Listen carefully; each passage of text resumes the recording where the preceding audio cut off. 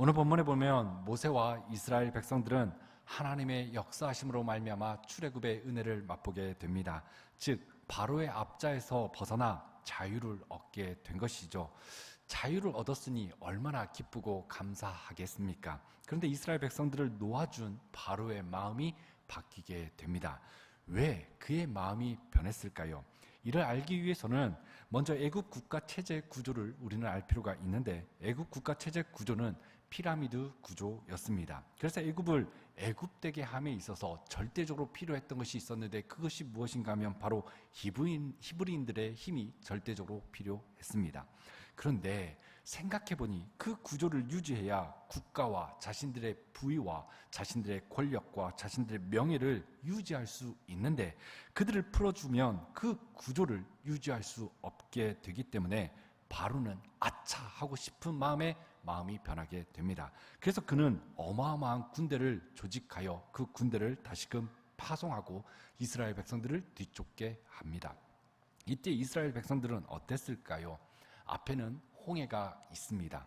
그리고 뒤에는 애굽의 군대가 따라오고 있죠. 앞뒤가 막힌 상황입니다. 이러지도 저러지도 못하는 그 상황에 놓인 이스라엘 백성들은 무척이나 당황스러웠을 것이며 무척이나 마음이 힘들었을 것입니다. 그때 이들은 문제 앞에서 어떠한 반응을 보입니까? 오늘 본문 11절과 12절에 보면 이렇게 말하고 있습니다. 그들이 또 모세에게 이르되 애굽에 매장지가 없어서 당신이 우리를 이끌어내어 이 광야에서 죽게 하느냐? 어찌하여 당신이 우리를 애굽에서 이끌어내어 우리에게 이같이 하느냐? 우리가 애굽에서 당신에게 이른 말이 이것이 아니냐? 이르기를 우리를 내버려 두라. 우리가 애굽 사람을 섬길 것이라 하지 아니하더냐? 애굽 사람을 섬기는 것이 광야에서 죽는 것보다 낫겠노라 라고 말합니다. 출애굽을 했음에도 불구하고 문제가 딱 발생하게 되니 그들은 우리가 애굽에 있었더라면 이런 어려움을 당하지 아니하였을 텐데, 아이고야 우리 이 어려움 때문에 우리 여기서 죽게 되는구나, 모세만 아니었더라면 하는 그런 원망과 불평을 그들은 문제 앞에서 쏟아놓기 시작합니다. 더 나아가 우리가 애굽에 있을 때에 당신에게 말하지 않았습니까? 우리 그냥 애굽 사람 섬길 겁니다. 애굽에서 우리는 삶을 살아낼 것입니다 라고 말하지 않았습니까? 그런데 여러분 잘 생각해 보십시오. 그들이 이러한 원망과 이러한 불평을 언제 했는가? 모세가 출애굽 계획을 이스라엘 백성들 가운데 말할 때가 있었습니다. 그때 어떻게 이야기하고 어떻게 반응합니까? 출애굽기 6장 9절에 보니 이렇게 말합니다. 모세가 이와 같이 이스라엘 자손에게 전하나 그들이 마음의 상함과 가혹한 노역으로 말미암아 모세의 말을 듣지 아니하였더라 라고 말합니다. 모세 때문에 노역이 심해지고 그들 가운데 고통이 생기고 그들 가운데 문제가 생기고 힘들어지니까 그냥 애굽 사람 섬길래요 라고 그들은 그 전부터 말하기 시작했다는 것이죠. 그런데 여러분, 그들 가운데 하나님의 놀라운 역사가 일어나기 시작합니다. 그 역사가 무엇입니까? 바로 10가지 재앙이 임하지 않습니까? 피계, 이파, 악독, 우매, 흑흑, 장자의 죽음. 제가 방언을 한 것이 아닙니다. 10가지 재앙의 앞부분만 이야기한 것입니다. 우리 성도님들도 이렇게 외우시면 훨씬 더 성경을 이해하고 좀 더 아는 척 하는데 도움이 되지 않을까 생각이 됩니다. 잊어버리실까 봐 다시 한번 이야기하면 피계, 이파, 악독, 우매, 흑흑, 장자의 죽음. 이 10가지 재앙이 딱 임하게 되죠. 하나님께서 자신들의 가축을 죽이지 아니하고 그들의 가축들만 보호하시는 은혜를 맛보게 됩니다. 자신들이 머무는 곳에만 빛이 임하는 은혜를 맛보게 되죠. 6월절 어린 양의 피를 바르자 죽음의 천사가 지나가는 놀라운 은혜를 그들은 맛보기 시작합니다. 그러면서 그들의 마음이 어땠을까요? 이상하다. 이상하다. 진짜 하나님 살아계시는 거 아니야? 이러다가 우리 진짜 자유함을 얻게 되는 것 아니야? 라는 그러한 마음으로 그들의 마음이 기경되었을 것입니다. 그러면서 모세를 따라 출애굽에 동참했던 것 아닌가라고 우리는 생각해 볼 수 있습니다. 그런데 문제 앞에서 그들이 어떻게 반응을 합니까? 홍해가 딱 보이자, 자신들을 뒤쫓아오는 군사들을 보자 그들의 마음이 확 바뀌면서 그들 안에 원망과 불평이 쏟아내어지게 됩니다. 그리고 더 나아가 애굽 사람을 섬기는 것이 광야에서 죽는 것보다 더 좋을 텐데 라고 하면서 그들은 과거를 회상하기 시작합니다. 그리고 우리가 잘 알다시피 이스라엘 백성들은 이 이후로도 광야 생활 내내 그들은 습관적으로 문제만 만나면 원망하고 불평을 쏟아내는데 출애굽기 16장 3절에 보니 이렇게 말씀합니다. 이스라엘 자손이 그들에게 이르되 우리가 애굽 땅에서 고기 가마 곁에 앉아 있던 때와 떡을 배불리 먹던 때에 여호와의 손에 죽었더라면 좋았을 것을 너희가 이 광야로 우리를 인도해 내어 이 온 회중이 추려 죽게 하는도다 라고 말을 합니다.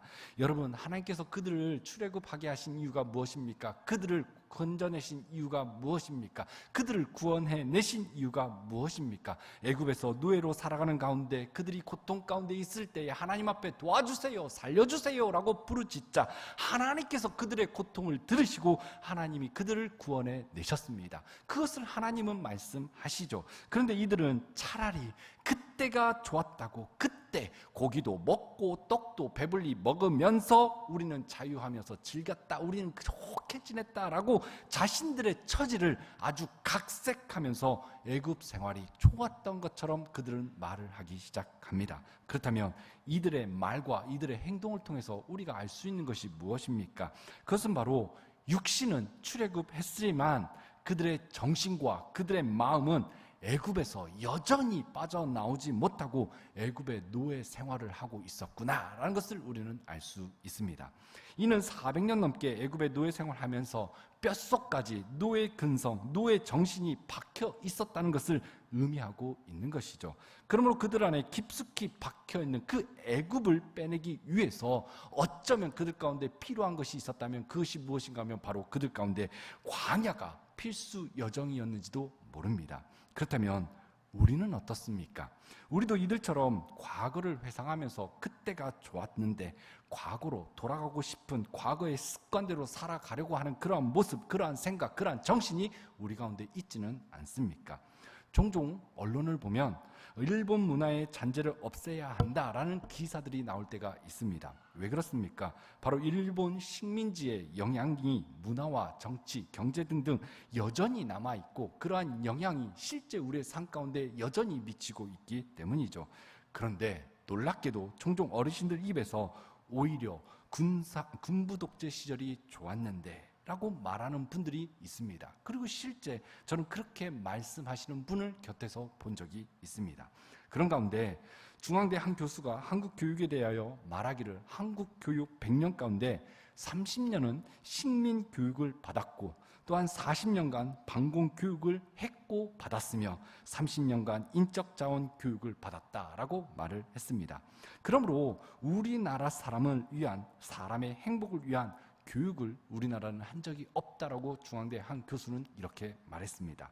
이는 곧 우리 안에 식민지 문화와 반공사상과 경쟁주의 교육으로 인하여 식민지 문화, 반공사상, 경쟁주의 정신이 박혀 있다는 것이고 여전히 이 정신들에 갇혀서 사람들이 실제 영향력을 행사하고 있으며 그러한 영향력 때문에, 그러한 영향력을 주고받기 때문에 여전히 이 시대는 아주 더디게 변화되고 있다라고 말할 수 있습니다.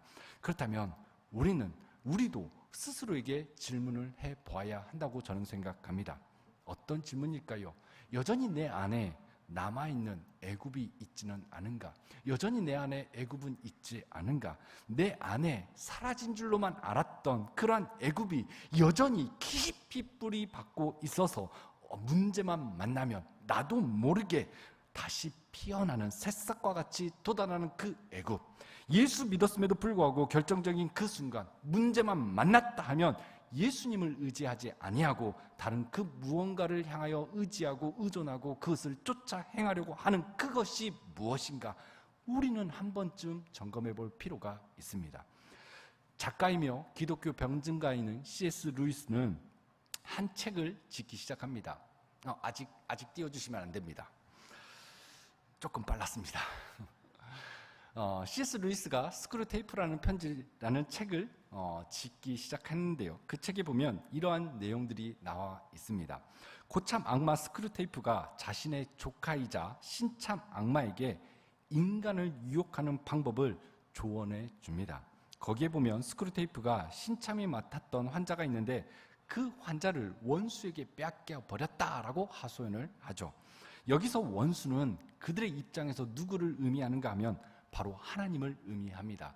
그리고 환자는 누구를 의미하는가 하면 바로 인간을 묘사하는 것이죠. 악마 입장에서 인간을 하나님께 빼앗겨버리는 그들의 입장에서는 어마어마한 사건이 벌어지게 된 겁니다. 그러니 그들 입장에서는 굉장히 억울하고 힘든 일 아니겠습니까? 우리 입장에서는 할렐루야 하지만 그들의 입장에서는 놀렐루야가 벌어진 것입니다. 그래서 스크루테이프는 다시금 그 환자를 찾아올 수 있는 방법에 대하여 제시를 하는데 그 내용을 보면 바로 오늘 본문에서 바로왕이 하려고 하는 그 방법과 너무나 흡사하다는 것을 발견할 수 있습니다. 즉 내 소유를 빼앗겼으니 다시 찾아오려고 하는 그 태도, 어쩌면 내 소유를 빼앗겼으니 다시 찾아오려고 하는 바로의 태도는 당연한 태도인지도 모릅니다. 그런데 그 순간에 이스라엘 백성들이 무엇이라고 말합니까? 애굽을 섬기는 것이 더 낫다라고 그들은 표현하고 있다는 것이죠. 그런데 이러한 일이 예수님을 믿는 우리가 매일매일 삶 가운데서 치열하게 싸우는 싸움 아닌가, 이런 생각을 갖게 됩니다. 즉 하나님께서 예수님을 통하여 죄와 사망으로부터 우리를 자유케 했는데 죄와 사망으로부터 우리를 빼내셨는데 죄와 사망의 권세는 지속적으로 어떠한 힘을 행사하는가 하면 그 소유권을 빼앗아 오려고, 그 소유권을 주장하려고 몸부림친다는 것이죠. 그때 사용하는 방법이 무엇인가 하면 여러 가지 방법이 있겠지만 오늘 본문에 입각하여 이야기한다면 그들이 주장하는 소유권은 바로 애굽을 자극한 것이다 라고 말할 수 있습니다. 그래서 스크루테이프의 편지를 보면 스크루테이프는 조카 원수에게 환자를 빼앗겼다는 그 말을 듣고 이렇게 조언합니다. 이제 띄워주시면 됩니다. 다 함께 읽어볼까요? 시작. 아직 절망할 필요는 없다. 성인이 되어 회심한 이들 중에는 잠시 원수의 진영에 머물다가 다시 돌아와 우리와 함께 지내는 사람이 수백 명도 넘으니까 내 환자의 몸에 배어있는 습관들은 정신적으로나 육체적으로나 아직은 우리에게 전적으로 유리하지. 여러분, 여기서 환자, 즉 그리스도인의 몸과 마음에 배어있는 그 습관은 우리로 하여금 지속적으로 변화되기 이전의 모습을 그리워하게 만드는 애굽일 수도 있습니다. 그리고 실제 이스라엘 백성들은 가나안 땅에 들어가 살면서 어떠한 문제만 발생하게 되면 다시금 그들은 어떤 행동을 했는가 하면 그들은 애굽을 찾고 애굽을 그리워하고 애굽을 의지하는 행동을 지속 반복적으로 행동합니다. 그래서 하나님께서는 이사야 31장 1절에 무엇이라고 말씀합니까? 이렇게 말씀합니다. 도움을 구하러 애굽으로 내려가는 자들은 화 있을진저 그들은 말을 의지하며 번거의 많음과 마병의 심히 강함을 의지하고 이스라엘의 거룩하신 이를 앙모하지 아니하며 여호와를 구하지 아니하나니라고 말합니다. 결정적인 순간에 이스라엘 백성들은 하나님을 의지하지 않고 바로 문제 앞에서 결정적인 순간에 애굽을 의지하고 애굽을 찾는 부분에 있어서 하나님께서 한탄하며 이렇게 말씀하고 있는 것을 우리는 볼 수 있습니다. 그렇다면 우리는 어떻습니까? 우리도 결정적인 순간 애굽을 의지하고 애굽을 그리워하며 애굽을 찾고 살아가고 있지는 않습니까? 문제만 만났다 하면 애굽을 찾고 애굽을 구하고 있지는 않은지 우리는 한번 점검해 볼 필요가 있습니다. 저는 우리 성도님들이 오늘 이 시간 말씀을 듣는 가운데, 이 예배 드리는 이 가운데 성령의 도우심으로 말미암아 내 안에 깊이 박혀있는 그 애굽이 무엇인지 발견해내는 놀라운 은혜가 있기를 간절히 소망합니다. 더 나아가 내 안에 있는 그 애굽이 발견되어졌다면, 성령의 조명하심으로 말미암아 그 애굽이 무엇인지 깨닫게 되었다면 그 애굽이 오늘 예배드리는 이 가운데 성령의 역사하심으로 말미암아 그 애굽이 제거되는 놀라운 은혜가 사랑하는 우리 성도님들 가운데 있기를 주님의 이름으로 축원드립니다. 더 나아가 성령의 도우심을 받아 온전히 하나님의 소유로 살지 못하도록 유혹하는 그 애굽으로부터 매일매일 저는 우리 성도님들이 출애굽하는 은혜를 맛보는 역사가 있기를 간절히 소망합니다. 죄의 종노릇 하던 그때를 그리워하게 하는 그 마귀의 유혹을 이기는 복된 사랑하는 우리 성도님들이 여기저기에서 넘쳐나기를 주님의 이름으로 축원드립니다. 그렇다면 어떻게 하면 내 안에 있는 그 애굽을 제거하고 온전히 우리는 출애굽하여 하나님의 자녀로서 이 땅 가운데 하나님의 부르심에 따라 사명을 이루는 복된 인생, 아버지의 마음을 시원케 하는 복된 인생이 될 수 있을까요? 이것이 중요하지 않겠습니까? 백성들이 모세를 향하여 원망과 불평을 쏟아 놓을 때에 모세가 무엇이라고 합니까? 오늘 보면 13절과 14절에 보면 이렇게 말씀합니다. 우리 다 함께 읽어보겠습니다. 시작. 모세가 백성에게 이르되 너희는 두려워하지 말고 가만히 서서 여호와께서 오늘 너희를 위하여 행하시는 구원을 보라. 너희가 오늘 본 애굽 사람을 영원히 다시 보지 아니하리라.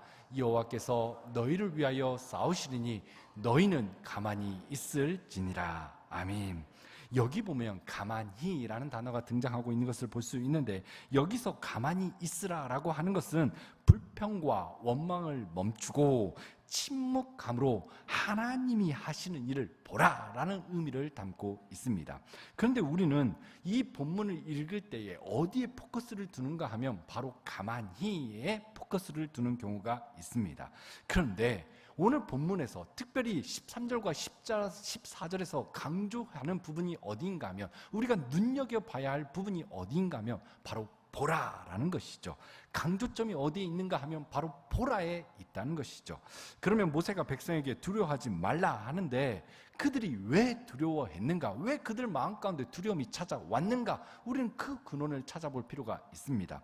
그들 가운데 두려움이 어디서부터 시작이 되었습니까? 10절 말씀에 보니 이렇게 말씀하고 있습니다.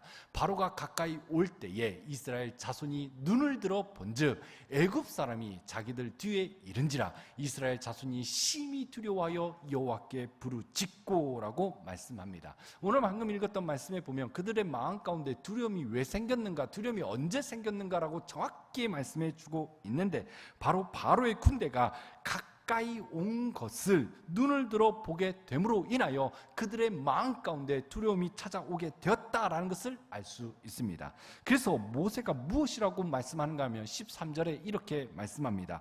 모세가 백성에게 이르되 너희는 두려워하지 말고 가만히 서서 여호와께서 오늘 너희를 위하여 행하시는 구원을 보라.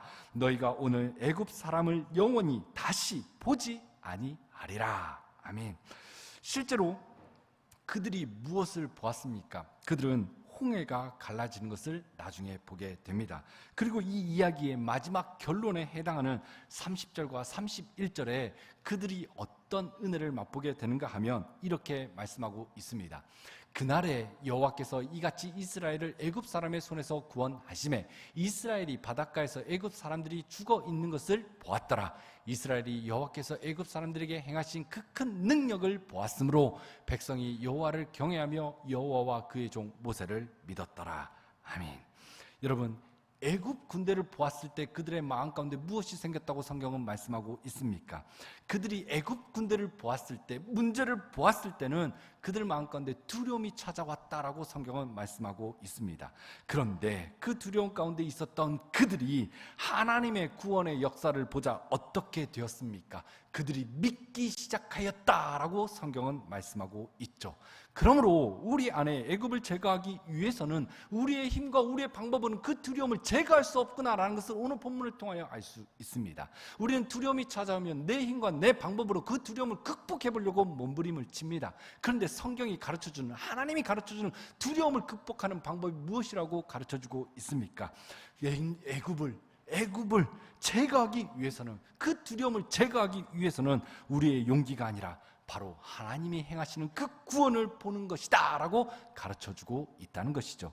따라서 저는 우리 성도님들이 그 두려움을 제거하기 위해서, 애굽을 제거하기 위해서 내 힘과 내 방법을 도모하는 것이 아니라 하나님이 가르쳐주시는 그 방법대로 하나님이 행하시는 구원을 보는 복된 역사가 사랑하는 우리 성도님들 가운데 있기를 주님의 이름으로 축원드립니다. 생각해 보십시오. 이들은 400년 넘게 애굽 왕 바로의 힘을 날마다 보고 자랐던 사람들입니다. 그러므로 그들의 평생 머릿속에 가슴속에 박인된 것은 바로 애굽의 힘, 애굽 왕의 힘, 그것이 그들의 마음 가운데, 그들의 심령 가운데, 그들의 온 몸에 박혀서 내재화 됐을 것입니다. 그리고 그렇게 해서 그들 안에 애굽은 만들어졌을 것이죠. 그래서 믿음의 여정 가운데 오늘 본문을 통해 우리 가운데 가르쳐주는 것은 무엇인가 하면 무엇을 보느냐, 무엇을 보고 사느냐, 무엇을 보게 해주느냐, 이것이 중요하다는 것을 우리 가운데 가르쳐주고 있는 것입니다.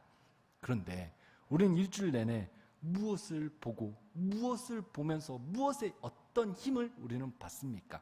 솔직히 가정에서, 세상에서 우리가 매일 보는 것들이 어떤 것입니까? 돈의 힘, 가진 자들의 힘을 우리는 매일 보며 그들의 지배 아래서 우리는 삶을 살아갑니다. 그러면서 그것이 우리 안에 나도 모르게 애굽을 만들어내고 애굽이 우리 가운데 자리를 잡고 우리를 형성해 버리죠. 여러분, 각인 효과라고 우리 잘 알고 있지 않습니까? 막 태어난 새끼 오리는 태어나면서 처음 본 그것을 따라가고 따라 생활을 합니다. 그것이 각인 효과죠. 그리고 이보다 더 재밌는 실험을 한 학자가 있습니다. 그 학자가 어떤 실험을 했는가 하면 너구리를 대상으로 각인 효과 실험을 했는데, 실험을 하던 중에 너구리가 학자의 행동을 따라 하는 것은 익히 예견된 일인데 어느 날 자기도 모르게 너구리의 행동을 모방하던 자신의 모습을 발견하게 됩니다. 그 실험을 통하여 그 학자가 깨달은 것이 무엇입니까? 서로에게 영향을 주고받고 있는 것을 우리는 발견할 수 있다는 것을 그는 발견하게 된 것이죠. 그래서 이걸 상호 각인 효과라고 말을 합니다. 예를 들어서 교회 안에서 매일매일, 우리 교회는 그런 일 없지만 예를 든 겁니다. 예를 들어서 교회 안에서 맨날 싸우는 장면들만 보여준다면 어떨까요? 한편으로는 이럴 겁니다. 교회 오니 맨날 싸우네. 세상 사람들보다 더 잘 싸우네. 오메. 한편은 이렇게 정죄하고 판단하면서 나도 모르게 교회 싸움의 한 중심에 서게 되는 나를 보게 되는 경우도 있을 것입니다. 반대로 교회에서 서로 사랑하고 아끼고 섬기는 모습을 많이 보여준다면 어떻게 될까요? 이 또한 나 자신도 모르게 그것을 배우게 될 것입니다. 마찬가지로 우리 자녀들도 여러분 다 봅니다. 그리고 보고 배운 것이 우리 자녀들에게 각인된다는 것을 우리는 잘 알고 있습니다. 특히 교회에서 자라는 애들은 어른의 모습, 어른들의 말을 다 보고 배웁니다. 놀랍게도 어른들은요, 듣는 것 같은데 잘 안 듣습니다. 그런데 애들은 신기할 정도로, 아주 놀라울 정도로 안 듣는 것 같은데 너무나 잘 듣습니다. 그러므로 저는 우리 다음 세대들이 선한 믿음의 증거를 우리 교회 가운데서 많이 보고 자라는 은혜가 있었으면 좋겠습니다. 그리고 그 다음 세대들에게 우리 부모님들이 선한 믿음의 증거를 많이 보여주는 축복의 통자들로 하나하나 세워지는 역사가 우리 가운데 있었으면 좋겠습니다. 그리고 그 모습을 보고 자라면서 우리 다음 세대들이 정말 이 시대 가운데, 정말 폐역하고 이 무너진 세대 가운데 정말 하나님의 태안으로 쓰임받는 놀라운 은혜가 있었으면 좋겠습니다. 그러기 위해서는 오늘 말씀을 통해 우리 가운데 하시는 이 말씀이 저는 우리 성도님들 마음 가운데 각인되었으면 좋겠습니다. 내 안에 있는 애굽, 그 애굽에 따라 내가 반응하고 있다면 이 모습을 우리의 자녀도 문제만 있으면 똑같이 보고 행하겠구나. 그러려면 어떻게 해야겠까요? 하나님께서 가르쳐주신 방법대로 우리는 애굽을 제거해야 한다는 것이죠. 이제 말씀을 마치려고 합니다. 사실 홍해 사건은 애굽 사람들의 마음속에 남아있는 그 애굽을 빼내시고 희미하게 하시고 제거하시려고 하는 하나님의 놀라운 은총이었습니다. 그리고 훗날 이스라엘 백성들 가운데 믿음의 사람은 더 이상 애굽을 그리워하지 않고 도리어 시온을 그리워하는 놀라운 사람들로 변화를 받게 됩니다. 그리고 바벨론 포로로 끌려가서도 그들은요, 변화되어서 그 애굽을 그리워하는 것이 아니라 도리어 그들은 시온을 그리워했다는 것이죠. 왜 그랬을까요? 그들은 예루살렘에서 예배하며 시온에 임한 주님의 영광을 그들은 보았고 그 영광을 경험했기 때문입니다. 그러면서 그들 안에 애굽이 아닌 시온이 자리 잡은 것이죠. 그렇다면 우리 안에 애굽이 자리 잡고 있습니까? 아니면 우리 안에 시온이 자리 잡고 있습니까? 무엇을 보느냐에 따라 우리의 마음 가운데 애굽이 자리 잡을 수도 있고 무엇을 보느냐에 따라 우리 안에 시온이 자리 잡을 수 있다는 것을 오늘 말씀을 통하여 우리 가운데 도전하고 계십니다. 그러므로 이 시간 여러분 질문해 보았으면 좋겠습니까? 나는 무엇을 보고 있는가? 저는 우리 성도님들의 문제 앞에서 너희는 가만히 있어, 하나님께서 우리를 위하여 구원을 행하시는 하나님의 구원의 역사를 바라보는 놀라운 은혜가 있기를 간절히 소망합니다. 그리고 더 나아가 서로 섬기고 서로 사랑하는 그 모습을 보여주면서 그것을 보면서 우리 안에 시온이 형성되는 놀라운 은혜의 역사가 있었으면 좋겠습니다. 그리고 그 은혜가 우리의 자녀들까지, 더 나아가 이 지역과 민족과 열방까지 그것을 보여줌으로 인하여, 그것을 봄으로 인하여, 그것을 보는 자들이 다시금 주께 돌아오는 놀라운 은혜의 역사가 있었으면 좋겠습니다. 그러한 은혜를 우리가 먼저 경험하고 그것을 보는 사람들이 날로 늘어나고 그것을 보여주고 그것을 보는 믿지 않는 자들이 그것을 보면서 하나님의 살아계심을 그들도 보고 그들이 주께 돌아온 역사, 그들이 살아난 놀라운 역사가 오늘 말씀을 듣고 도전받고 애굽을 제거하고 시온을 바라보는 우리 성도님들을 통하여 그런 역사가 나타나기를 주님의 이름으로 축원드립니다.